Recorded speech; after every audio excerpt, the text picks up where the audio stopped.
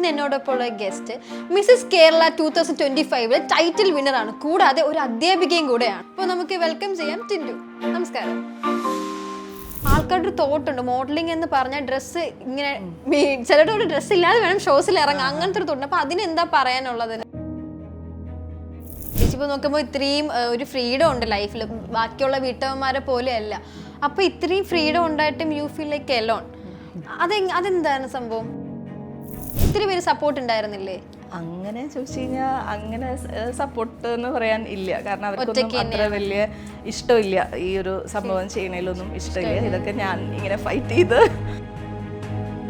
ഇപ്പോൾ ചേച്ചി പറഞ്ഞ ഡിപ്രഷനിലൊക്കെ പോയിട്ടുണ്ട്. ആക്ച്വലി ഈ ഡിപ്രഷൻ എന്താണ്?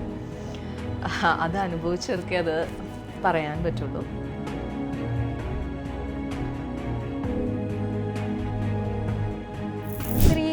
സങ്കടങ്ങൾ ഉള്ളിൽ വെക്കിട്ട് എങ്ങനെയാ ചിരിക്കാൻ പറ്റുന്ന ടിപ്പ് എന്ന് പറഞ്ഞാൽ ഇപ്പൊ തന്നെ ചിരിക്കുക. Very simple.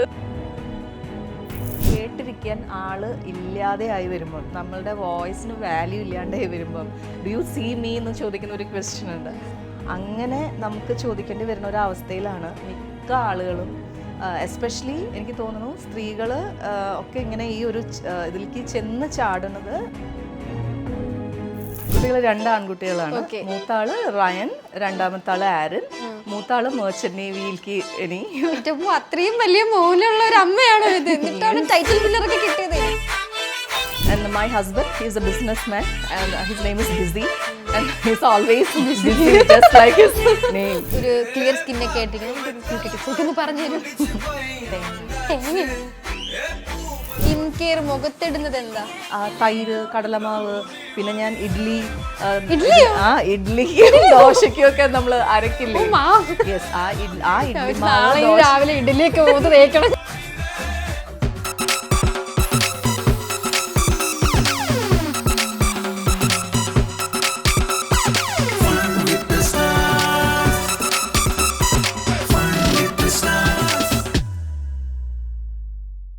അശ്വതി, ഫൺ വിത്ത് സ്റ്റാറിലെ പുതിയ എപ്പിസോഡിലേക്ക് എല്ലാവർക്കും സ്വാഗതം. ഇന്ന് എന്നോടൊപ്പമുള്ള ഗസ്റ്റ് മിസ്സസ് കേരള 2025 ടൈറ്റിൽ വിന്നറാണ്, കൂടാതെ ഒരു അധ്യാപികയും കൂടെയാണ്. അപ്പോൾ നമുക്ക് വെൽക്കം ചെയ്യാം ടിൻഡു.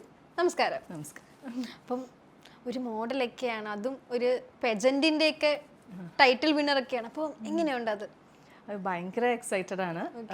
എന്താ പറയുക, ജീവിതത്തിൽ പ്രതീക്ഷിക്കാത്ത ചില കാര്യങ്ങൾ അത് പെട്ടെന്ന് ഉണ്ടാവുന്ന ഒരു എക്സൈറ്റ്മെന്റ്, അതിന്റെ ത്രില്ലിലാണ് ഞാൻ ഇപ്പോഴും ഉള്ളത്. എല്ലാവരുടെ ഒരു ഡ്രീമാണ് ഇങ്ങനെ ഒരു ടൈറ്റിൽ. ഞാനൊക്കെ ഒരു 3 വർഷമായിട്ട് മോഡലിംഗ് ഫീൽഡിലുണ്ട്. ഇത് വരെയ്ക്ക് എനിക്ക് ഒരു മഞ്ചടിക്കുപോലും എനിക്ക് കിട്ടിയിട്ടില്ല. പക്ഷേ ഒരു ടീച്ചർ ആയിരുന്നിട്ട് കൂടി മോഡലിംഗ് ആയിരുന്നോ നേരത്തെ തൊട്ട്? ഇല്ല, ഞാൻ മോഡലിംഗ് ചെയ്തിട്ടില്ല. തുടക്കകാലത്ത്, അതായത് എൻ്റെ PG ഡിഗ്രി കഴിഞ്ഞിട്ട് എനിക്കൊരു ഞങ്ങളുടെ കോളേജിൽ വെച്ചിട്ടൊരു ഫംഗ്ഷൻ ഉണ്ടായിരുന്നു. അപ്പോൾ അവിടുന്ന് ഒരു SL ആനന്ദ് പറഞ്ഞിട്ട് മാതൃഭൂമിയിലെ ഒരു വലിയൊരു ഫോട്ടോഗ്രാഫറാണ് ആള്.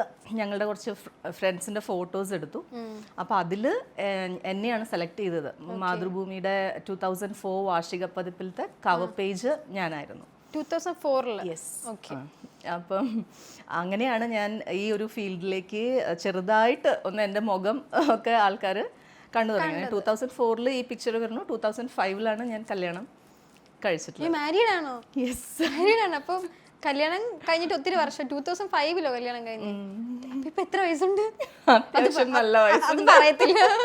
മാരീഡ് ആയിരുന്നല്ലേ? ഓക്കെ. അപ്പൊ കുട്ടികൾ 2 ആൺകുട്ടികളാണ്. മൂത്താള് റയൻ, രണ്ടാമത്തെ ആള് ആരൻ, മൂത്താള് മെർച്ചന്റ് നേവിയിലേക്ക്. ഇനി അത്രയും വലിയ മോനുള്ള ഒരു അമ്മയാണോ ഇത്? എന്നിട്ടാണ് ടൈറ്റിൽ വിന്നറൊക്കെ കിട്ടിയത്. അപ്പൊ ഒരു ഏജ് ഒരു പ്രശ്നമേ ഇല്ല ഈ ഒരു ഫീൽഡിലല്ലേ? ഒരിക്കലും അല്ല. നിങ്ങളുടെ ഡ്രീംസ് അതിന് കുറച്ചൊരു ഹാർഡ് വർക്ക്, നിങ്ങൾ എത്രത്തോളം പാഷനേറ്റ് ആണോ, പിന്നെ ബാക്കിയൊക്കെ എനിക്ക് ഒരു kind of I just manifested certain things. അപ്പോൾ എനിക്ക് അതുപോലെ തന്നെ ജീവിതത്തിൽ സംഭവിച്ചതിൻ്റെ ഒരു ഭയങ്കര ഞാൻ നേരത്തെ പറഞ്ഞില്ലേ ഒരു എക്സൈറ്റ്മെന്റ്, അതെല്ലാം എനിക്കിപ്പോഴത് വിശ്വസിക്കാൻ എനിക്ക് പറ്റിയിട്ടില്ല. മാരീഡ് ആയിട്ട് അത് ഇത്രയും പ്രായമുള്ള ഒരു മോനൊക്കെ ഉണ്ടിട്ട് ഇപ്പൊ തന്നെ പല വീട്ടമ്മമാരുടെയും ആഗ്രഹമാണ് ഒന്ന് ഷോസിൽ ഇറങ്ങി നോക്കണം. അവരുടെ കൊച്ചു കുട്ടികളെ മാത്രമായിരിക്കും ഷോസിൽ ഇറക്കുന്നത്. പക്ഷേ ചേച്ചി അത് പ്രൂവ് ചെയ്തിട്ടുണ്ട്. അല്ല, നമുക്ക് ഒരു വീട്ടമ്മമാർക്കും ഷോസ് ചെയ്യാം, വിൻ ചെയ്യാം. അപ്പം പ്രാക്ടീസ് ഒന്നുമില്ല, ഇതിന് മുമ്പ് ഒരു ഷോസും ചെയ്തിട്ടില്ല? ഇല്ല എനിക്ക് മുൻ പരിചയം ഇതിലുണ്ടായിരുന്നത്, ഞാനൊരു ടീച്ചറാണല്ലോ. അപ്പം ഞാൻ ഇടയ്ക്കൊക്കെ ഒരു പേഴ്സണാലിറ്റി ഡെവലപ്മെന്റ് ക്ലാസ്, അതല്ലെങ്കിൽ കമ്മ്യൂണിക്കേഷൻ സ്കിൽസ്, ഇതിനൊക്കെ ഞാൻ ക്ലാസ് എടുക്കാറുണ്ട്. ഞാൻ BEd ചെയ്തതിന്റെ ആ ഒരു ഇത് പുതുക്കാനായിട്ട് ഞാൻ എന്നെ ഗസ്റ്റായിട്ട് ചില സ്ഥലങ്ങളിലേക്ക് വിളിക്കുമ്പോൾ, അങ്ങനെ ഒരു പ്രാവശ്യം ഒരു ബ്യൂട്ടി പെജന്റിന്റെ ഇതിലേക്ക് അവിടുത്തെ കോntestants-ന് ക്ലാസ് എടുക്കാൻ വേണ്ടിയിട്ടാണ് എന്നെ വിളിച്ചത് ആക്ച്വലി.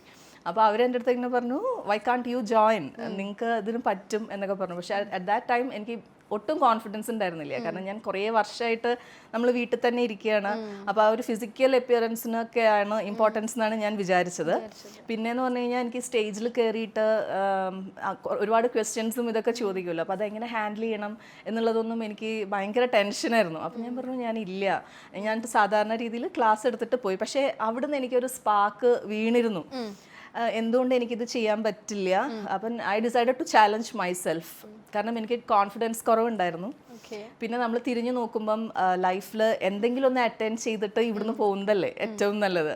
ജസ്റ്റ് ഒരു വീട്ടമ്മ എന്നുള്ളതിലുപരി എന്തെങ്കിലും ഒരു ടാഗ് ലൈൻ ഉണ്ടാവുന്നതാണ് ബെറ്റർ എന്ന് എനിക്ക് ഫീൽ ചെയ്തു. അവിടെ തൊട്ടിട്ട് ഐ ഡോണ്ട് നോ, എനിക്ക് ഇടയ്ക്ക് ഇങ്ങനെ ഭയങ്കര റിക്കറൻ്റ് ആയിട്ട് എനിക്ക് ഡ്രീംസിൽ വരുമായിരുന്നു ഇതേപോലെ ഞാനിരുന്ന് സംസാരിക്കുന്നതും ഒക്കെ. പക്ഷെ പിറ്റേന്ന് രാവിലെ എണീക്കുമ്പോൾ ഞാൻ വിചാരിക്കും ഞാനൊന്നും ചെയ്തിട്ടില്ലല്ലോ. പക്ഷെ എൻ്റെ ഡ്രീമും എൻ്റെ ഡെയിലി ലൈഫും തമ്മിൽ യാതൊരു ബന്ധവും ഉണ്ടായിരുന്നില്ല. പക്ഷെ എനിക്കിത് റിക്കറൻ്റ് ആയിട്ട് ഇങ്ങനെ വന്നുകൊണ്ടിരിക്കും. ഞാൻ ഇങ്ങനെ സംസാരിക്കുന്നതും ഈ ക്രൗണിങ് മൊമെന്റ് വരെ എൻ്റെ ഡ്രീമിൽ വന്നിട്ടുണ്ട്. പക്ഷെ എനിക്ക് ഒരു പരിചയവും അതിനകത്ത് ഉണ്ടായിരുന്നില്ല.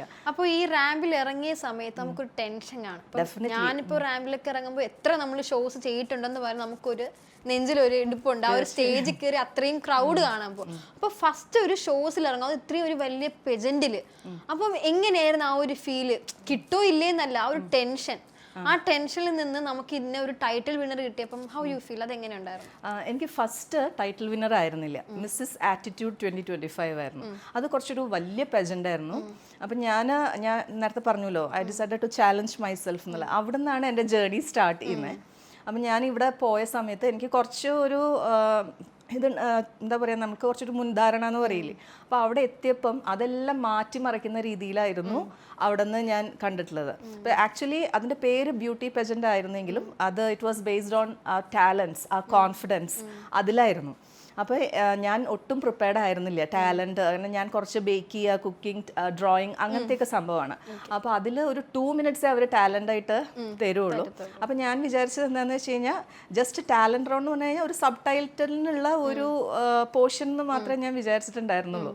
അപ്പം ഞാൻ നോക്കുമ്പം എൻ്റെ ഒപ്പം ഉണ്ടായിരുന്ന കോntestants എല്ലാവരും തന്നെ കലാമണ്ഡലത്തിൽ നിന്ന് വന്നിട്ടുള്ളവർ, കലാതിലകമായിട്ടുള്ളവർ, അതുപോലെ അത്രയ്ക്കും ടാലൻറ്റഡ് ആയിട്ടുള്ള ആൾക്കാരുകളാണ്. അതിൽ ഞാൻ മാത്രമായിരിക്കും ഒരു എക്സെപ്ഷൻ. ഞാൻ സൂംബ ചെയ്യുമായിരുന്നു. അതിലൊരു 2 minutes ഒരു സൂംബ ഡാൻസ് പോലെയാണ് ഞാൻ ചെയ്തിട്ടുണ്ടായിരുന്നത്. അപ്പം തന്നെ എനിക്ക് ഏകദേശം മനസ്സിലായി ഇത് പോരാ. കാരണം എനിക്ക് കുറച്ചും കൂടെ പ്രിപ്പറേഷൻ ഇതിന് ആവശ്യമാണ്. അവിടുന്ന് എനിക്ക് കിട്ടിയിട്ടുള്ള ഒരു അറിവ്, പിന്നെ വിഗറസ് ട്രെയിനിങ് ആയിരുന്നു. ഡാലു കൃഷ്ണദാസ് എന്നൊക്കെ പറഞ്ഞിട്ട് ഒരു ഫേമസ്, അപ്പോൾ ആളുടെയൊക്കെ കീഴിൽ നമുക്ക് കുറച്ച് ദിവസം കിട്ടുക എന്ന് പറഞ്ഞു കഴിഞ്ഞാൽ തന്നെ യെസ്, ആളുടെ ഒരു ഗ്രൂമിങ്, അത് എനിക്ക് ടൈറ്റിൽ വിന്നർ കിട്ടിയില്ലെങ്കിൽ അത്ഭുതമുള്ളൂ. അത് നമുക്കൊന്നും കിട്ടിയിട്ടേ ഇല്ല. അങ്ങനെ പുള്ളിനെ കാണുമ്പോഴത്തേക്കും ഫോട്ടോ എടുക്കുക, സംസാരിക്കുക, അങ്ങനെയൊക്കെ ഉണ്ടല്ലോ. നമ്മളൊന്നും സാറിന്റെ അവിടെ നിന്ന് നമ്മളങ്ങനെ പ്രിപ്പയർഡ് ആയിട്ട് വർക്ക് ചെയ്തിട്ടുള്ളൂ. അപ്പൊ അത്രയും ഒരു മോഡലാണ്, മോഡലല്ലാന്ന് പറയുന്നത്, ഇത്രയും വലിയ ഒരു ആളാണ് മോഡലിങ്. പക്ഷെ ആ ഒരു 3 days എനിക്ക് ഒരുപാട് എക്സ്പീരിയൻസ് ആയിരുന്നു തന്നിട്ടുള്ളത്. നമ്മുടെ ഒരു ഫിസിക്കൽ അപ്പിയറൻസിനോടൊപ്പം തന്നെ നമ്മൾ ടാലൻറ്റിലും നമ്മളുടെ ഒരു കോൺഫിഡൻസ് ലെവൽ, നമ്മളെ ആറ്റിറ്റ്യൂഡ്, പെർസെപ്ഷൻ, ഇതിനെല്ലാം അവിടെ മാർക്കായിരുന്നു. അപ്പോൾ അങ്ങനെയാണ് എനിക്ക് മനസ്സിലായത് ഞാൻ കുറച്ചും കൂടെ ശ്രദ്ധിക്കാനുണ്ട് ചില കാര്യങ്ങളിൽ എന്നുള്ളത്. പിന്നെ ഞാൻ പറഞ്ഞല്ലോ, എനിക്ക് നല്ല പേടി ഉണ്ടായിരുന്നു. ഈവൻ ഞാൻ ക്ലാസ് എടുക്കുമെങ്കിലും അത് പറഞ്ഞു കഴിഞ്ഞാൽ നമുക്ക് ഓൾറെഡി അറിയാം നമ്മുടെ ടോപ്പിക് എന്താണെന്നുള്ളത് അറിയാം. നമുക്ക് BEdന്റെ സമയത്ത് നമുക്ക് ട്രെയിനിങ് കിട്ടിയിട്ടുണ്ട്. അപ്പോൾ ജസ്റ്റ് പോയിട്ട് അവിടെ എക്സിബിറ്റ് ചെയ്യുന്നു, തിരിച്ചു വരുന്നു. പക്ഷേ this is not like that അല്ലേ. അത് ഒരു എന്താ പറയുക, പെട്ടെന്നായിരിക്കും അവർ എന്താണ് അവർ ചോദിക്കുന്ന ക്വസ്റ്റ്യൻസ് എന്ന് പോലും നമുക്ക് അറിയില്ല. അപ്പോൾ അതിൻ്റെ ഭയങ്കര ടെൻഷൻ ഉണ്ടായിരുന്നു എനിക്ക്. പക്ഷേ ഞാൻ പറഞ്ഞ പോലെ എനിക്ക് എന്നെ ചാലഞ്ച് ചെയ്ത് എന്നെ പ്രൂവ് ചെയ്തേ അത് എനിക്ക് ഈ പേടീനെ എനിക്ക് മാറ്റണമായിരുന്നു. അപ്പൊ ഇപ്പൊ ക്വസ്റ്റ്യന്റെ ആൻസർ അറിയോ ഇല്ലയോ എന്നുള്ളതല്ല, നമ്മൾ എങ്ങനെ ആ സിറ്റുവേഷൻ ഹാൻഡിൽ ചെയ്യുന്നു, നമ്മൾ ആ ടെൻഷൻ കാണിക്കാതെ കോൺഫിഡൻറ്റ്, അറിയില്ലെങ്കിൽ അറിയില്ല, പക്ഷെ അത് നല്ല രീതിയിൽ നമുക്ക് പറയാം അല്ലേ. ആ രീതിയിൽ എന്നോട് ചോദിച്ചിട്ടുള്ളത് ഞാൻ പ്രിപ്പയർ ചെയ്തിട്ടുള്ള അല്ലെങ്കിൽ ഞാൻ നോക്കി വെച്ച ഒന്നുമല്ല, ജസ്റ്റ് വേറെ തന്നെ ഒരു ക്വസ്റ്റ്യൻ ആയിരുന്നു. ഒട്ടും ആ ഒരു ഫീൽഡായിട്ട് ബന്ധം ഉണ്ടായിരുന്നിരിക്കാം, പക്ഷെ ഞാൻ ഒരിക്കലും പ്രതീക്ഷിക്കാത്ത ഒരു ക്വസ്റ്റ്യൻ ആണ് എന്നോട് ചോദിച്ചത്. AI-നെ കുറിച്ചിട്ടാണ് ചോദിച്ചിട്ടുള്ളത്. അപ്പൊ തന്നെ എനിക്ക് നല്ല ടെൻഷനായി. പക്ഷെ ഞാൻ അവിടെ പതറിയില്ല. ഉത്തരം എനിക്ക് അറിയാവുന്ന രീതിയിൽ ഞാൻ പറഞ്ഞു. അതിലാണ് എനിക്ക് മിസ്സസ് ആറ്റിറ്റ്യൂഡ് 2025 കിട്ടിയത്. അപ്പൊ റീസെന്റ് ഈ ഷോ കാണുമ്പോൾ എൻ്റെ 2 മക്കളും അവിടെ ഇരിക്കുന്നുണ്ട്. യെസ്. അപ്പം ഫൈനൽ റൗണ്ടിൽ എന്നെ ഫൈനലിസ്റ്റ് ആയിട്ട് വിളിച്ചപ്പോഴും നമ്മുടെ അതിൽ ആ ഷോയിൽ ഒരു പ്രത്യേകത ഉണ്ടായിരുന്നു. നമ്മുടെ മാർക്സ് അപ്പം ഇങ്ങനെ ഡിസ്പ്ലേ ചെയ്ത് കാണിക്കും. അപ്പോൾ ഈ ഡിസ്പ്ലേ ഞാനിത് ആക്ച്വലി കണ്ടിട്ടില്ല, കാരണം ഞങ്ങളിത് ഷോ കഴിഞ്ഞിട്ട് ബാക്കിലേക്ക് പോകുമല്ലോ, ബാക്ക് സ്റ്റേജിലേക്ക് പോകും. അത് കഴിഞ്ഞിട്ട് ഞാനിങ്ങനെ നിൽക്കുമ്പോൾ എൻ്റെ 2 കുട്ടികളും എന്നെ ഇങ്ങനെ ഭയങ്കരമായിട്ട് എല്ലാം ഞാൻ കാണുന്നുണ്ട്. അത് കഴിഞ്ഞിട്ട് എനിക്ക് ടൈറ്റിൽ കിട്ടിയില്ല, ടൈറ്റിൽ വിന്നർ ആയില്ല. പക്ഷേ എൻ്റെ മൂത്ത ആൾ എന്നോട് പറഞ്ഞു, അമ്മയ്ക്ക് നല്ല മാർക്ക് ഉണ്ടായിരുന്നു. അതായത് ടൈറ്റിൽ വിൻ ചെയ്ത കുട്ടിയുടെ ജസ്റ്റ് താഴെ 1 മാർക്കിൻ്റെ വ്യത്യാസത്തിലാണ് അമ്മയുടെ മാർക്ക് ഉണ്ടായിരുന്നത്. എന്നിട്ടും അമ്മയ്ക്ക് കിട്ടിയില്ലല്ലോ, അതെന്താ അങ്ങനെയെന്ന് ചോദിച്ചു. അപ്പോഴാണ് ഞാൻ അവനെ പറഞ്ഞു മനസ്സിലാക്കി, മോനെ ഇത് ജസ്റ്റ് ഒരു ബ്യൂട്ടി പെജൻ്റ് അല്ല, it's based on your talents too. ആ ഒരു ഇതും കൂടെ കൺസിഡർ ചെയ്തിട്ടാണ് അവർ ഡിസൈഡ് ചെയ്യുന്നത്. പക്ഷേ എൻ്റെ മക്കൾക്ക് അത് ഭയങ്കര ആഗ്രഹമുണ്ട്, അവരുടെ അമ്മയ്ക്ക് ആ ടൈറ്റിൽ വിൻ ചെയ്യും. പിന്നെ എബവ് ഓൾ എനിക്കും ഉണ്ടായിരുന്നു. എനിക്ക് ഈ ഒരു എക്സ്പീരിയൻസ് അപ്പോൾ എനിക്ക് ഫീൽ ചെയ്തു, എനിക്കത് എന്തായാലും ഒരു പ്രാവശ്യമെങ്കിലും ആ ക്രൗൺ എൻ്റെ തലയിൽ ടൈറ്റിൽ കിട്ടിയപ്പോൾ മക്കളുടെ ഒരു റിയാക്ഷൻ അവർ ഭയങ്കര സന്തോഷമായി. അങ്ങനെയാണ് ഞാൻ 2ാമത്തെ പെജന്റിന് വിതിൻ 1 വീക്ക്, മാക്സിമം ഒരു 12 ഡേയ്സിൻ്റെ ഒരു ഡിഫറൻസേ ഉണ്ടായിരുന്നുള്ളൂ. ആ പെജന്റിൽ ഞാൻ ആ ഡ്രീം. ഇപ്പോഴത്തെ ഒരു ആൾക്കാരുടെ ഒരു തോട്ടുണ്ട് ഈ മോഡലിംഗ് ഫീൽഡ് ഇപ്പം ഷോസ് ചെയ്യുമ്പോൾ ഭയങ്കര എക്സ്പോസിങ് ആയിട്ട് വേണം ഷോസിൽ ഇറങ്ങാൻ, ഇല്ലെങ്കിൽ കിട്ടത്തില്ല ടൈറ്റിൽ. പക്ഷെ ഞാനിപ്പോൾ അക്കൗണ്ട് കണ്ടായിരുന്നു, എല്ലാ ടൈറ്റിലും നല്ല ഡ്രസ്സാണ്. അപ്പൊ ആൾക്കാരുടെ ഒരു തോട്ടുണ്ട് മോഡലിംഗ് എന്ന് പറഞ്ഞാൽ ഡ്രസ്സ് ഇങ്ങനെ ചിലരുടെ ഒരു ഡ്രസ്സ് ഇല്ലാതെ വേണം ഷോസിൽ ഇറങ്ങാൻ, അങ്ങനത്തെ ഒരു തോട്ടുണ്ട്. അപ്പൊ അതിനെന്താ പറയാനുള്ളത്? ഒരിക്കലും ഇല്ല. സി, നമ്മള് ഡ്രസ്സിലല്ലല്ലോ നമ്മുടെ പേഴ്സണാലിറ്റി എന്ന് പറയുന്നത്. നമുക്ക് ആ ഒരു നമ്മൾ എങ്ങനെ സംസാരിക്കുന്നു, ഒരാളുടെ അടുത്ത് നമ്മൾ ഒരു പോസിറ്റീവ് വൈബ് ക്രിയേറ്റ് ചെയ്യുക എന്നുള്ളതാണ്. അപ്പം നമ്മളിങ്ങനെ സംസാരിച്ചുകൊണ്ടിരിക്കുമ്പം യു ഷുഡ് ഫീൽ അല്ലേ, എനിക്കൊരു പോസിറ്റീവ് വൈബ് ഉണ്ട്, എനിക്ക് ഒരാളെ അപ്ലിഫ്റ്റ് ചെയ്യാൻ പറ്റിയാൽ, കുറച്ചെങ്കിലും ഒരു മോട്ടിവേഷൻ അല്ലെങ്കിൽ ഒരു കോൺഫിഡൻസ് എനിക്ക് കൊടുക്കാൻ പറ്റിയിട്ടുണ്ടെങ്കിൽ അതാണ് നിങ്ങളെ ആക്കുന്നത്. അപ്പോൾ ഈ റാമ്പിൽ എനിക്ക് തോന്നുന്നില്ല അങ്ങനെ ഞാൻ പങ്കെടുത്തിട്ടുള്ള ഒരെണ്ണത്തിലും നമ്മളോട് ഒരിക്കലും ഒരു ഡ്രസ്സിന്റെ കാര്യത്തിൽ നിങ്ങൾ എങ്ങനെയാണോ കംഫർട്ടബിൾ ആ രീതിയിൽ അങ്ങനെ ഉണ്ടായിട്ടേ ഇല്ല. കുട്ടികളുടെ ഇപ്പോഴത്തെ പേടിയെന്ന് വെച്ചാൽ ഈ സ്കൂൾ കഴിഞ്ഞ് മോഡലിംഗിൽ കയറിയാൽ മേ ബി അവരിങ്ങനെ ഡ്രസ്സ് ഇടാൻ പറയും, അങ്ങനെ ഡ്രസ്സ് ഇടാൻ പറയും. പിന്നെ അവർക്ക് പേടിയാണ്, ഇതുവരെയ്ക്ക് ഷോസ് ചെയ്തിട്ടില്ല. അപ്പോൾ ചേച്ചി വന്നിട്ട് ഫസ്റ്റ് ടൈമാണ് ഇങ്ങനെ ചെയ്യുന്ന ഒരു പ്രാക്ടീസ് ഇല്ലാതെ. അപ്പോൾ അവരോട് എന്താ ഇതിനെപ്പറ്റി പറയുള്ളൂ? പ്രാക്ടീസ് ഇല്ലാതെ ചേച്ചി ഇത്രയും എത്തി, അപ്പോൾ അവരോട് എന്താ പറയാനുള്ളത്? അതെന്ന് പറഞ്ഞു കഴിഞ്ഞാൽ പേടിയാണ് ചില ആൾക്കാർ, നമുക്കത് പറ്റൂലേ. അപ്പം നിങ്ങൾ ഫസ്റ്റ് വേണ്ടത് ഒരു സെൽഫ് ലവ് എന്ന് പറഞ്ഞിട്ടൊരു സംഭവമാണ്. നമ്മളൊരു സെൽഫ് ലവിലേക്ക് വരുമ്പോൾ നമുക്ക് ഗ്രാജുവലി ഒരു കോൺഫിഡൻസ് വരും. അപ്പോൾ അതിന് വേണ്ടിയിട്ട് നമുക്ക് ഓരോരുത്തർക്കും ഓരോ ഡ്രീം ഉണ്ടാവും. അതിന് വേണ്ടിയിട്ട് ചെറിയ രീതിയിലെങ്കിലും ഒരു പ്രിപ്പറേഷൻ ആവശ്യമാണ്. ഒന്നും അറിയാതെ നമ്മൾ പോയി അതിലേക്ക് വരുമ്പം ചെറിയ ചെറിയ ബുദ്ധിമുട്ടുകൾ നമുക്ക് ഫേസ് ചെയ്യേണ്ടി വരും. വേറെ രീതിയിലല്ല, നമുക്ക് എനിക്ക് തോന്നുന്നു ഒന്നും കൂടെ നമുക്ക് ഒരു ചെറിയൊരു പ്രിപ്പറേഷൻ ഉണ്ടെങ്കിൽ അത് കുറച്ചും കൂടെ ഈസിയാണ്. അപ്പോൾ ആ രീതിയിൽ ചെയ്യുമ്പോൾ പിന്നെ ബാക്കിയൊക്കെ നമുക്ക് ഓരോന്നും എക്സ്പീരിയൻസ്, ഒരിക്കലും നമ്മളൊരു വിൻ ചെയ്യണം എന്ന് വിചാരിച്ചിട്ട് ആവരുത് പോകുന്നത്. ഓരോ സ്ഥലത്തുനിന്നും നമുക്ക് അവിടെ നിന്നുള്ള എക്സ്പീരിയൻസ് നമ്മൾ കളക്ട് ചെയ്യുക. അതിനനുസരിച്ച് എവിടെയാണോ അപ്പം നമുക്ക് നമ്മളുടെ നെഗറ്റീവ്സ് മനസ്സിലാവും, നമ്മളുടെ പോരായ്മകൾ. അപ്പോൾ അതിനെ റിക്കവർ ചെയ്യുക. എന്നിട്ട് നമ്മളങ്ങനെ keep polishing, keep reviving, keep enhancing it. ആ രീതിയിലായിരിക്കണം നമ്മളെ ഇങ്ങനെ ഇതാക്കി കൊണ്ടുവരേണ്ടത്. അപ്പോൾ തീർച്ചയായിട്ടും നിങ്ങളുടെ ഡ്രീം നിങ്ങൾക്ക് അറ്റൈൻ ചെയ്യാൻ പറ്റും എന്ന് തന്നെയാണ്. എന്നുവെച്ചാൽ ഞാനൊരു വലിയ എക്സാമ്പിൾ, എനിക്കിതിൽ ഒരു പരിചയവും എനിക്കില്ല. പക്ഷേ ഞാൻ പറഞ്ഞല്ലോ, എനിക്കൊരു ഡ്രീമിൽ ഇങ്ങനെ വന്നുകൊണ്ടിരുന്നിരുന്നു ഈ ഒരു സംഭവം. അപ്പോൾ ഈ ഡ്രീം ഈ ടീച്ചറിൽ നിന്ന് എങ്ങനെയാണ് ഈ ഷോസ് ചെയ്യണം എന്നൊരു മൈൻഡ് വന്ന്? കാരണം രണ്ടും 2 പ്രൊഫഷണലാണ്. പക്ഷെ ഒരു ബന്ധമില്ല. ഇപ്പം പല മോഡൽസും ചിലവർ എന്നിട്ട് വേറെ വർക്കോ അല്ലെങ്കിൽ എന്തെങ്കിലും ഷൂട്ടോ സീരിയലോ അങ്ങനെ. പക്ഷേ ഇത് എൻ്റർലി ഡിഫറെന്റ്. ഒരു ടീച്ചറും അങ്ങനെ ഒരു മോഡലിംഗ് ഫീൽഡിലോട്ട് അങ്ങനെ ആരും വന്നിട്ടില്ല. ഒന്നാമത്തെ കാര്യം ടൈം ഇല്ലായിരിക്കും, അല്ലെങ്കിൽ അവർക്ക് അവരുടേതായിട്ടുള്ള ബിസി കാര്യങ്ങൾ അങ്ങനെ ഒത്തിരി. അപ്പോൾ ഇത് രണ്ടും 2 പ്രൊഫഷണലാണ്. അപ്പോൾ ഇത് എങ്ങനെയാണ് അത് മാനേജ് ചെയ്ത് അതിലോട്ട് വരാനുള്ള ഒരു മൈൻഡ് എപ്പോഴാണ്? ഞാനൊരു കണ്ടിന്യൂസ് ആയിട്ട് വർക്ക് ചെയ്തുകൊണ്ടിരുന്നിരുന്ന ഒരാളല്ല. ഇപ്പം എനിക്ക് BEd ഉണ്ടായിരുന്നു, സെറ്റ് ഉണ്ട്, ടെറ്റ് ഉണ്ട്, എല്ലാ സംഭവങ്ങളും ഉണ്ട്. പക്ഷേ ഐ സാക്രിഫൈസ്ഡ് എന്ന് വേണമെങ്കിൽ പറയാം. എനിക്ക് എൻ്റെ പ്രയോറിറ്റി ഫാമിലി ആയിരുന്നു. അപ്പം എനിക്കിങ്ങനെ ഒരു ഫുൾ ടൈം ജോലി കഴിഞ്ഞിട്ട് എൻ്റെ മോൻ അന്ന് എനിക്ക് മൂത്താൾ മാത്രമേ, 2ാമത്തെ ആൾ തമ്മിലൊരു 12 ഇയേഴ്സിൻ്റെ ഡിഫറൻസ് ഉണ്ട് 2 പേര് തമ്മിൽ. അപ്പം ഞാൻ മോന് വേണ്ടിയിട്ടാണ് എൻ്റെ കരിയർ ഒക്കെ ഞാനൊന്ന് മാറ്റി വെച്ചത്. കാരണം ആൾക്കൊരു 5-6 വയസ്സൊക്കെ ആയിട്ട് നോക്കാം എന്ന് വിചാരിച്ചു. അങ്ങനെയാണ് ഞാൻ ഈ ഇതൊക്കെ കഴിഞ്ഞിട്ടും ഞാൻ വീട്ടിൽ അങ്ങനെ ഇരുന്നു. കുട്ടീനെ നോക്കി നോക്കി നോക്കി എനിക്ക് കുറച്ച് മടിയും അതൊക്കെ ഇങ്ങനെ വന്നു. പിന്നെ എന്താ പറയുക, നമ്മൾ ആ ഒരു കംഫർട്ട് സോണിലായി. പക്ഷെ എപ്പോഴൊക്കെയോ എനിക്ക് അവൻ കുറച്ച് വലുതായി, അവൻ്റെതായ രീതിയിൽ ടൈം സ്പെൻഡ് ചെയ്യാൻ തുടങ്ങിയപ്പം ഞാൻ ഒറ്റപ്പെടാൻ തുടങ്ങി. And my husband, he is a business man and his name is busy and he's always busy just like his name. ഭയങ്കര തിരക്കാണ്. രാവിലെ ഞാൻ കുറച്ച് നേരം കാണുന്നു, ആള് പോകുന്നു. അപ്പം എനിക്ക് മോനും മോൻ്റേതായിട്ടുള്ള രീതിയിൽ സമയമായി അവൻ അവൻ്റെതായ രീതിയിൽ കളിക്കാൻ തുടങ്ങിയപ്പോൾ ആ ഒരു ഒറ്റപ്പെടൽ അങ്ങനെയുള്ള ഒരു സംഭവം ഭയങ്കരമായിട്ട് വരുമല്ലോ. കുറേ കൺവിൻസ് ചെയ്യാൻ നോക്കി, പക്ഷെ അപ്പം താൽക്കാലികമായിട്ട് ആശ്വസിപ്പിക്കും. അപ്പം ഞാൻ അതിൽ കംഫർട്ട്. ലൈഫിൽ ഇങ്ങനെ ഒറ്റപ്പെടൽ, ഇപ്പം ഫാമിലി, 2 കുട്ടികൾ, ഹസ്ബൻഡ്, നമ്മൾ നോക്കുമ്പോൾ ഭയങ്കര ഹാപ്പിയാണ്. ഇപ്പോൾ ചേച്ചി ഇപ്പോൾ നോക്കുമ്പോൾ ഇത്രയും ഒരു ഫ്രീഡം ഉണ്ട് ലൈഫിൽ, ബാക്കിയുള്ള വീട്ടമ്മമാരെ പോലെയല്ല. അപ്പോൾ ഇത്രയും ഫ്രീഡം ഉണ്ടായിട്ടും യു ഫീൽ ലൈക്ക് എലോൺ. അതെന്താണ് സംഭവം? ഇതെനിക്ക് തോന്നുന്നു ഒട്ടുമിക്ക സ്ത്രീകളും അനുഭവിക്കുന്ന ഒരു സംഭവമൊക്കെ തന്നെയാണ്. എല്ലാവരും പറയാറുണ്ട് ഭയങ്കര ഹാപ്പിയാണ്, ഭയങ്കര ആക്ടിവിറ്റീസ്, ഇതൊക്കെ എന്ന് പറഞ്ഞു കഴിഞ്ഞാൽ ഞാനായിട്ട് ഉണ്ടാക്കി എടുത്തിട്ടുള്ള സംഭവം തന്നെയാണ്. അപ്പോൾ ആൾക്ക് ആളുടേതായിട്ടുള്ള ബിസിനസ് കാര്യങ്ങൾ, അപ്പോൾ അതിന് തീർച്ചയായിട്ടും എൻ്റെ അടുത്ത് എപ്പോഴും ഇരിക്കാൻ പറ്റില്ലല്ലോ. അപ്പോൾ ആൾക്ക് പോകണം. പിന്നെ മോനെയും എനിക്ക് 24 hours എൻ്റെ കൂടെ ഇരുത്താൻ പറ്റില്ല. എല്ലാവർക്കും അവരവരുടേതായിട്ടുള്ള ഒരു ഏജിൽ അവർ പോകും. പിന്നെ നമ്മളാണ് അപ്പം അത് എന്താ പറയുക, അതിന്ന് പുറത്ത് കിടക്കേണ്ടത് നമ്മൾ തന്നെയാണ് എന്നുള്ളൊരു തിരിച്ചറിവ് എനിക്ക് ഒരുപാട് സംഭവങ്ങളിൽ നിന്ന് എനിക്ക്. അതിൽ നിന്നാണോ ഈ ഒരു ഫീൽഡിലോട്ട് വന്നത്? പുറത്ത് കിടക്കണം, ഒന്ന് ഹാപ്പി ആക്കണം, കുറേശ്ശെയായിട്ട്. അപ്പോൾ ഈ പലരും വീട്ടമ്മമാർക്കും ആഗ്രഹങ്ങൾ ഉണ്ട്, അവർക്കും ഒരു കുറച്ച് ഇതുപോലെയൊക്കെ ഷോസ്, അവരുടെ ഇഷ്ടമുള്ള പാഷനിൽ പോകണം, വീട്ടിലിരിക്കാനുള്ളതല്ല, അങ്ങനെ ഒരു തോട്ടുണ്ടല്ലേ. പക്ഷെ ചിലവർക്കൊന്നും അത് പറ്റത്തില്ലല്ലോ. അപ്പം ആ ഒരു ഫ്രീഡം ഇപ്പം ചേച്ചിക്ക് ഉണ്ട്. അപ്പം അത് ഭയങ്കര ഒരു ഹാപ്പി ഫീലിംഗ് അല്ലേ? ഡിപ്രഷനിലൊക്കെ പോയിട്ടുണ്ടോ? അങ്ങനെ ഇങ്ങനെ എലോൺ, ചിലപ്പം ഒറ്റയ്ക്ക് ഇരിക്കുന്ന സമയത്ത് ആൾക്കാർ പറഞ്ഞു കേട്ടുള്ളത് നമ്മൾ ഡിപ്രഷനിലാണ്. ഈ ആക്ച്വലി ഡിപ്രഷൻ്റെ റിയൽ മീനിങ് എന്തുവാ? ഒറ്റയ്ക്ക് ഇരിക്കുന്ന എലോൺ ഫീലിംഗ് ആണോ? അങ്ങനെ മാത്രമല്ല, നമ്മൾ നമ്മളെ അല്ലാതായി മാറുന്നത് നമുക്ക് അറിയാൻ പറ്റും.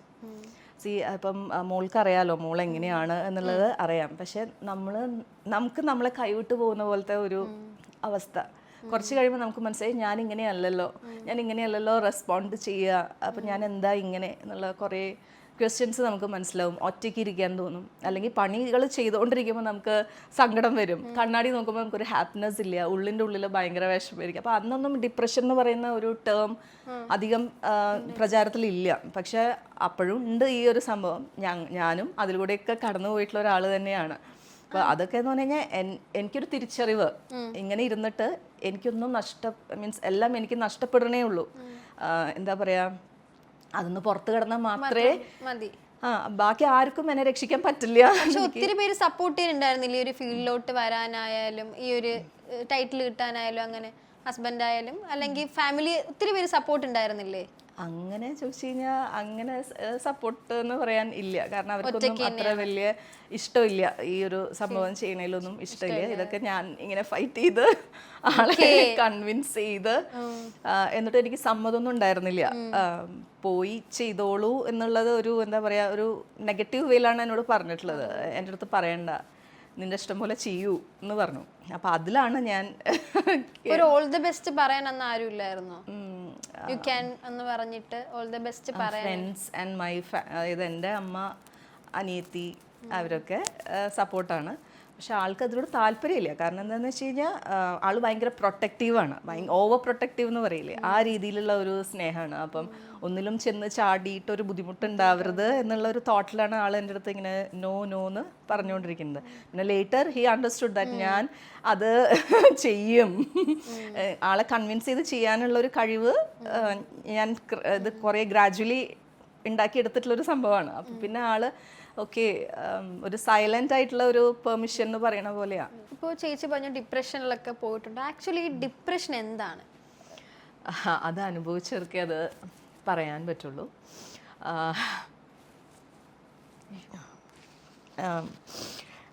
എന്താ പറയാ, ദാറ്റ്സ് ഓക്കെ. ഈ ഡിപ്രഷൻ എന്ന് പറയുന്നത് എനിക്ക് തോന്നുന്നു ഒട്ടുമിക്ക സ്ത്രീകളും അനുഭവിക്കുന്ന ഒരു സംഭവം തന്നെയാണ്. പക്ഷെ ഈ ആഫ്റ്റർ മാരേജ് ആവണമെന്നില്ല.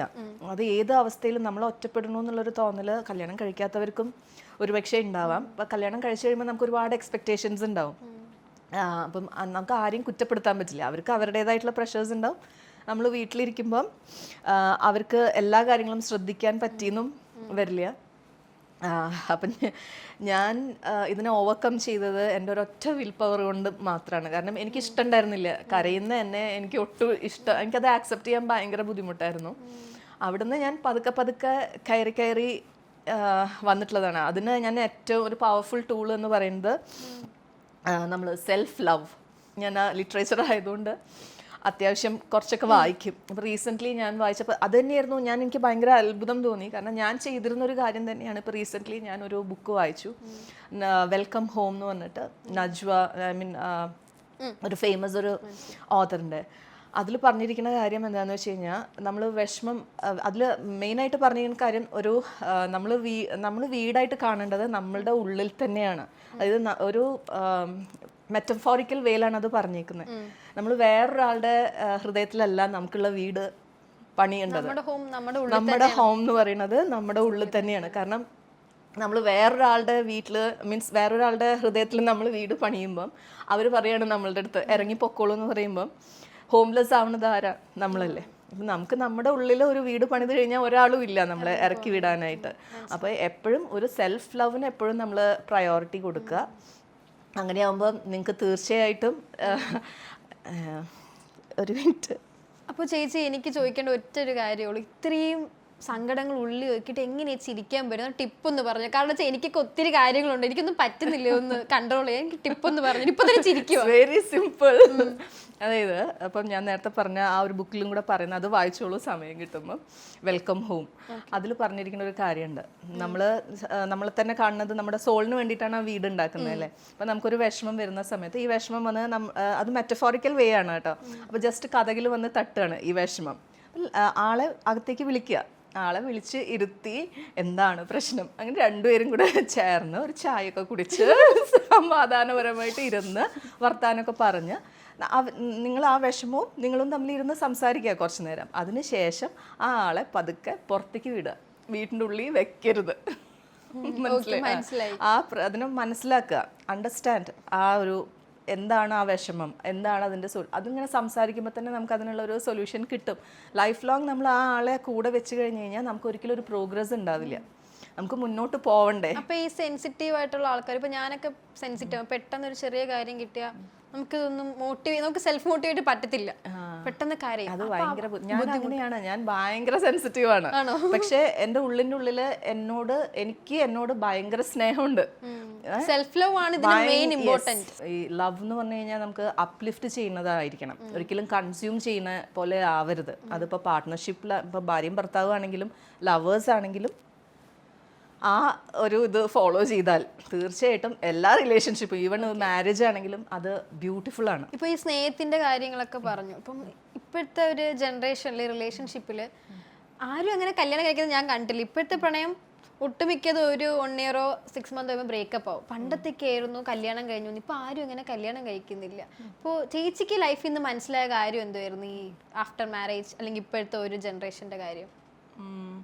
എനിക്ക് കുറച്ച് ഡിഫറെൻ്റ് ആയിട്ട് പറയാനാണ് എനിക്ക് ഇഷ്ടം. അതായത് നമുക്ക് സ്നേഹം എന്ന് പറഞ്ഞു കഴിഞ്ഞാൽ എപ്പോഴും നമ്മളെ കൂടെ ഉള്ളത്, ഇപ്പോൾ അത് എൻ്റെ ഭർത്താവാണെങ്കിലും ശരി, ഇപ്പം കല്യാണം കഴിച്ചിട്ടില്ല എന്നാണ് പറയുന്നത്, അപ്പോൾ ഇനി ഒരു ബോയ് ഫ്രണ്ട് ഉണ്ടെങ്കിൽ ആ ബോയ് ഫ്രണ്ട് ആണെങ്കിലും നമ്മളെ അപ്ലിഫ്റ്റ് ചെയ്യുന്നതായിരിക്കണം ലവ് എന്ന് പറയുന്നത്. ഒരിക്കലും നമ്മളെ കൺസ്യൂം ചെയ്യുന്ന രീതിയിലായിരിക്കരുത്.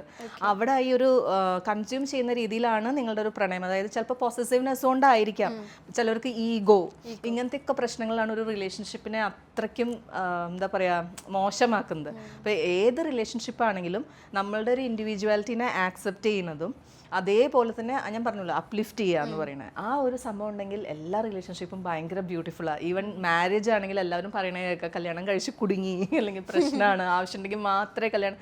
അങ്ങനെയല്ല, അത് പരസ്പരം മനസ്സിലാക്കുന്നിടത്താണ് അതിൻ്റെ ഭംഗിയും വരുന്നത്. ഇപ്പോൾ ലൈഫിൽ നമുക്കൊരാൾ കേട്ടിരിക്കാനുള്ളത് നല്ലതെന്ന് പറയുന്നുണ്ട്, അതുള്ളതാണോ? അയ്യോ, അത് തീർച്ചയായിട്ടും വേണ്ട ഒരു സംഭവമാണ്. ഇന്നത്തെ കാലത്ത് ഒരുപാട് ഇപ്പം കുറച്ച് ഇതായിട്ടുള്ളൊരു ടോപ്പിക്കാണ്. അതായത് ഈ എക്സ്ട്രാ മാരിറ്റൽ റിലേഷൻഷിപ്സും എല്ലാം ഈ കേട്ടിരിക്കാൻ ആള് ഇല്ലാതെ ആയി വരുമ്പം, നമ്മളുടെ വോയിസിന് വാല്യൂ ഇല്ലാണ്ടായി വരുമ്പം, ഡു യു സീ മീ എന്ന് ചോദിക്കുന്ന ഒരു ക്വസ്റ്റ്യൻ ഉണ്ട്. അങ്ങനെ നമുക്ക് ചോദിക്കേണ്ടി വരുന്ന ഒരു അവസ്ഥയിലാണ് മിക്ക ആളുകളും, എസ്പെഷ്യലി എനിക്ക് തോന്നുന്നു സ്ത്രീകൾ ഒക്കെ ഇങ്ങനെ ഈ ഒരു ഇതിലേക്ക് ചെന്ന് ചാടുന്നത് ഈ ഒരു പ്രശ്നം കൊണ്ടാണെന്നാണ് എൻ്റെ ഒരു ഫീൽ കേട്ടോ. കാരണം ഈ എല്ലാവരും വില്ലന്മാരാണെന്ന് ഞാൻ പറയുന്നില്ല. പൊതുവേ സ്ത്രീകൾ എനിക്ക് തോന്നുന്ന ഒരിക്കലും ഒരു വെറൈറ്റിക്ക് വേണ്ടിയിട്ടോ അല്ലെങ്കിൽ ജസ്റ്റ് ഫോർ ഫൺ എന്നുള്ള രീതിയിലൊന്നും ഒരിക്കലും ഒരു ബന്ധത്തിലും ചെന്ന് ചാടുന്നതായിട്ട് എനിക്ക് ഒരിക്കലും അത് ഫീൽ ചെയ്യുന്നേ ഇല്ല. അങ്ങനെയല്ല എന്നാണ് എൻ്റെ ഒരു അഭിപ്രായം. ഇപ്പോൾ ചേച്ചിയുടെ ഹസ്ബൻഡിനോട് കണ്ടിട്ടുള്ള ഏറ്റവും ബെസ്റ്റ് ക്വാളിറ്റി എന്താണ്? അതെന്ന് പറഞ്ഞു കഴിഞ്ഞാൽ ആൾക്ക് ഈ ഫീൽഡ് വലിയ താല്പര്യമില്ല, പക്ഷെ എനിക്കിത് ഭയങ്കര ഇഷ്ടമാണ്. എനിക്ക് ഇത്രയും ഇഷ്ടമുള്ളതായതുകൊണ്ട് ആൾക്ക് എന്താ പറയുക, ഒരു മൗനം സമ്മതം എന്നൊക്കെ പറയില്ലേ, അതേപോലെ ഞാനിന്നിവിടെ ഇരിക്കുന്നത് തന്നെ ആള് എനിക്ക് ആ ഒരു പെർമിഷൻ തന്നതുകൊണ്ടല്ലേ. എൻ്റെ ആ ഇഷ്ടം മനസ്സിലാക്കിയിട്ട് തന്നെയാണ് ആള് എന്താ പറയുക ഇതിനെല്ലാം എനിക്ക് അനുവാദം തന്നിട്ടുള്ളത്.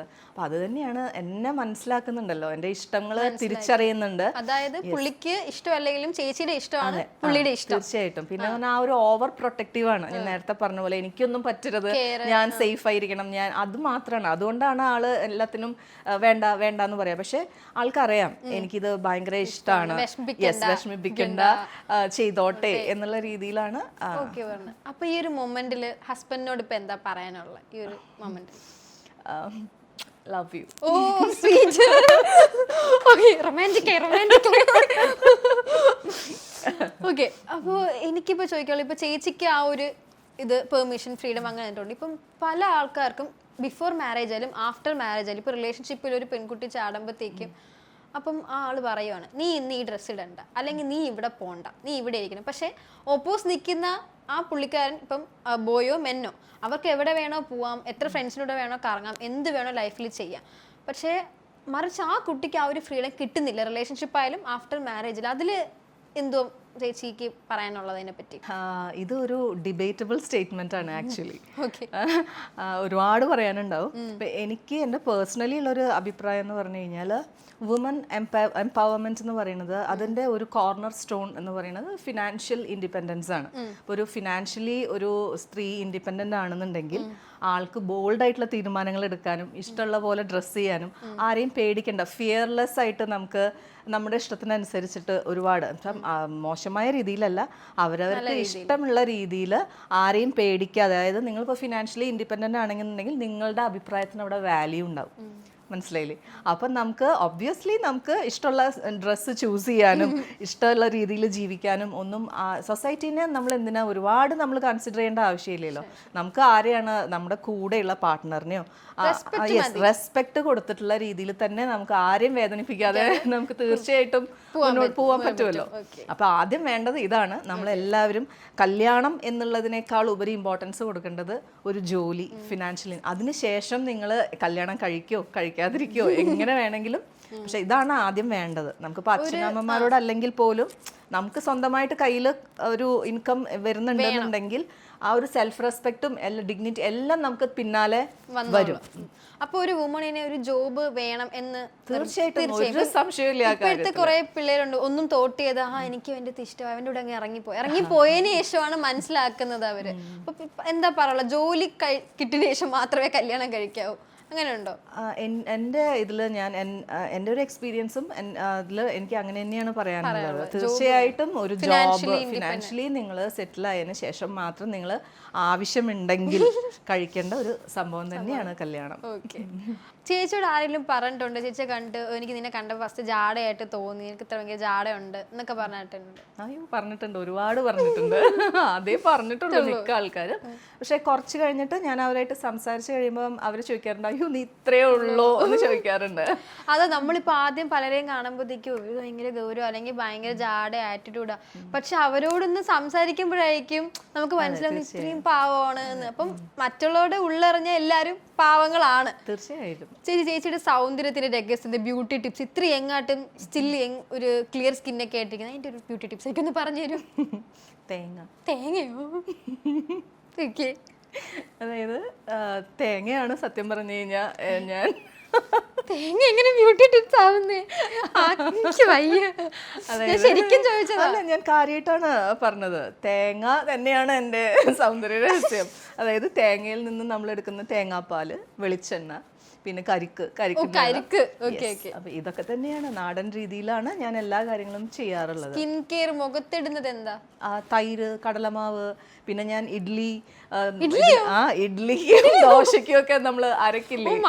യെസ്, ആ ഇഡ്ഡലി മാവ് രാവിലെ ഇഡ്ഡലിയൊക്കെ മുഖത്ത് തേക്കണം. അത് നല്ലതാണ് ആക്ച്വലി, നല്ലൊരു സ്ക്രബാണ്. ഇഡ്ഡലി മാവാണ്, ആരും കേട്ട് ഇഡ്ഡലി പോയി മുഖത്ത് തേക്കരുത്. ഇല്ല. അപ്പൊ ഈ സംഭവങ്ങളൊക്കെ ഒന്ന് മുഖത്ത് തേച്ച് കഴിഞ്ഞിട്ട് ഈ തേങ്ങാപ്പാൽ വെച്ചിട്ട് ഒന്ന് ജസ്റ്റ് ഒരു മസാജൊക്കെ കൊടുത്തു കഴിയുമ്പോൾ സ്കിന്ന് ഭയങ്കര സോഫ്റ്റ് ആൻഡ് സപ്പിൾ ആയിട്ടായിരിക്കും. ഇപ്പൊ റീസെന്റ് ഞാൻ ഈ പെജനൊക്കെ പോയതിനു ശേഷം നമുക്ക് അവിടുന്ന് ഒരുപാട് ക്ലാസ് ഒക്കെ കിട്ടിയിട്ടുണ്ടായിരുന്നു. അപ്പൊ അവിടുന്ന് നമ്മുടെ അടുത്ത് പറഞ്ഞു സൺസ്ക്രീനും മോയ്സ്ചറൈസറും വളരെ ഇമ്പോർട്ടന്റ് ആണ്. അപ്പൊ ഞാൻ ഈ ഒരു ഏജിൽ ഇപ്പോഴാണ് ഞാനത് സ്റ്റാർട്ട് ചെയ്തിട്ടുള്ളത്. അപ്പൊ അതാണ് ഇപ്പൊ റീസെന്റ് ഞാൻ ആഡ് ചെയ്തിട്ടുള്ളത്. ഇത് തേങ്ങ കൂടാതെ. തേങ്ങ എന്നൊക്കെ പറഞ്ഞപ്പോ ഓക്കെ. അപ്പൊ ഇനി നെക്സ്റ്റ് ചേച്ചിയുടെ മുന്നോട്ടുള്ള യാത്രയൊക്കെ എന്താ? നെക്സ്റ്റ് സ്റ്റെപ്പ് എന്തുവാ? എനിക്ക് ഒരു അറ്റ്ലീസ്റ്റ് ഒരു വോയിസ് ആവണമെന്നുണ്ട്. ഈ വീട്ടിൽ അടങ്ങി ഒതുങ്ങി ഇരിക്കുന്ന ആൾക്കാരുകൾക്ക് ഒരു ഇൻസ്പിറേഷൻ ആവണമെന്നുണ്ട്. അതായത് താങ്ക് യു. എനിക്കിത് ചെയ്യാൻ പറ്റുന്നുണ്ടെന്നുണ്ടെങ്കിൽ, കാരണം എനിക്ക് കൂടുതൽ മുൻപരിചയമോ ഒന്നുമില്ല. ഒരു വീട്ടിലിരുന്നിട്ട് പെട്ടെന്നാണ് ഞാൻ ഇതിലേക്ക് ഒരു 3 വീക്സ് കൊണ്ടൊക്കെയാണ് ഞാൻ ഇതിലേക്ക് വന്നിട്ടുള്ളത്. എന്നിട്ട് അത് 3 വീക്സ് കൊണ്ടാണ്. അപ്പൊ എനിക്കിത് പറ്റുന്നുണ്ടെന്നുണ്ടെങ്കിൽ തീർച്ചയായിട്ടും എല്ലാവർക്കും പറ്റുന്ന ഒരു കാര്യം തന്നെയാണ്. അപ്പൊ അവർക്കൊക്കെ ഒരു മോട്ടിവേഷൻ ആവണം. മോട്ടിവേഷൻ സ്പീക്കർ ഒക്കെ ആവാൻ ഉള്ള ഇഷ്ടമാണ്. എനിക്ക് ഇത്തിരി നേരം ചേച്ചിയോട് സംസാരിച്ചപ്പോൾ അസ് ആങ്കർ എനിക്ക് ഫീൽ ചെയ്യുന്ന വെച്ചാൽ ചേച്ചിക്ക് ഒരു കിടിലായിട്ട് ഒരു ആങ്കറിങ് ചെയ്യാൻ പറ്റും, ഒരു ആങ്കർ ആവാൻ പറ്റുമെന്ന് എനിക്ക് ഫീൽ ചെയ്യുന്നുണ്ട്. ചേച്ചി ഇപ്പൊ ഇവിടെ വരെ എത്തിയെങ്കിൽ ഇനിയും അടിപൊളിയായിട്ട് ഉയരങ്ങളിൽ എത്താൻ പറ്റുമെന്ന് എനിക്ക് ഫീൽ ചെയ്യുന്നത്. ഓർത്തോ ചേച്ചി എവിടെയെങ്കിലൊക്കെ എത്തിയിട്ട് എന്നെ മറക്കരുത്, ഞാനത് പറഞ്ഞാന്ന് പറഞ്ഞിട്ട്. ഓക്കെ, അപ്പോൾ all the best. Thank you so much. എനിക്കൊക്കെ ഭയങ്കര മോട്ടിവേഷൻ ആണ് കേട്ടോ ചേച്ചി ഇത്രയും നേരം സംസാരിച്ചപ്പോൾ. അപ്പോൾ കേൾക്കുന്ന ആൾക്കാർക്കും ഭയങ്കര ഒരു മോട്ടിവേറ്റഡ് ആയിരിക്കും. അപ്പോൾ thank you so much. Thank you Angel. Thank you so much.